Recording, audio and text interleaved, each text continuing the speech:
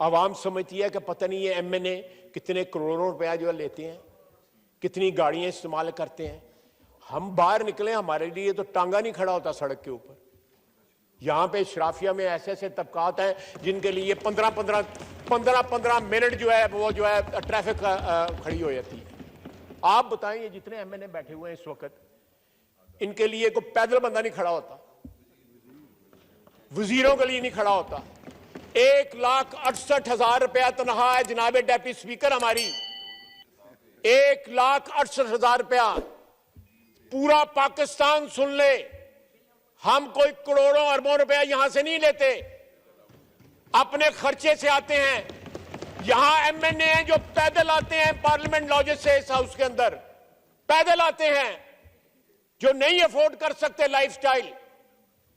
لیکن یہاں پہ ایسے طبقات ہیں اس ملک کے اندر جن کا لائف سٹائل جو ہے بادشاہوں والا ہے، اور ان کو پوچھنے والا کوئی نہیں ہے. سڑکیں بند ہو جاتی ہیں، کرفیو لگ جاتے ہیں جب وہ سڑکوں پہ اوپر آتے ہیں. ہمیں ٹارگٹ کیوں؟ ہم اپنے حلقوں میں جاتے ہیں، عبادت کی طرح اپنے ووٹروں کی خدمت کرتے ہیں، عبادت کی طرح. اس لیے واپس آتے ہیں. ہمارے سر کے اوپر کسی نے ہاتھ نہیں رکھا ہوتا،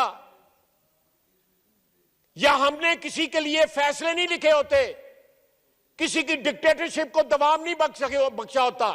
اس ملک کے اندر سب سے پہلا آئینی حادثہ جو ہے وہ ایک جج نے کیا تھا، جس نے نظریہ ضرورت جو ہے وہ جو ویلڈ قرار دیا تھا. وہ واردات جو تھی وہ ایک جج نے کی تھی. سب سے پہلی سیاسی شہادت جو ہے اس ملک میں وہ بھی جوڈیشری نے کی تھی. ذوالفقار علی بھٹو کو پھانسی لگایا تھا. اس کے بجائے سیاسی شہادت جو ہے، آئینی شہادت جو ہے نواز شریف کی، وہ بھی جوڈیشری نے کی. جناب اسپیکر، اگر ہمارے جو داغ ہیں ہمارے دامن میں لگے ہوئے وہ ساری دنیا جانتی ہے، ہمارا ووٹر بھی جانتا ہے، ہماری عوام بھی جانتی ہے. لیکن ہمیں یہ نہ کوئی بتائے کہ ان کے دامن پہ داغ نہیں ہے، کوئی نہ بتائے. سیاستدانوں میں آج بھی جو ہے وہ ایسی شخصیات موجود ہیں، ماضی میں بھی، حال میں بھی، اور انشاءاللہ تعالی مستقبل میں رہیں گی، جن کا نام عزت اور احترام سے لیا جائے گا.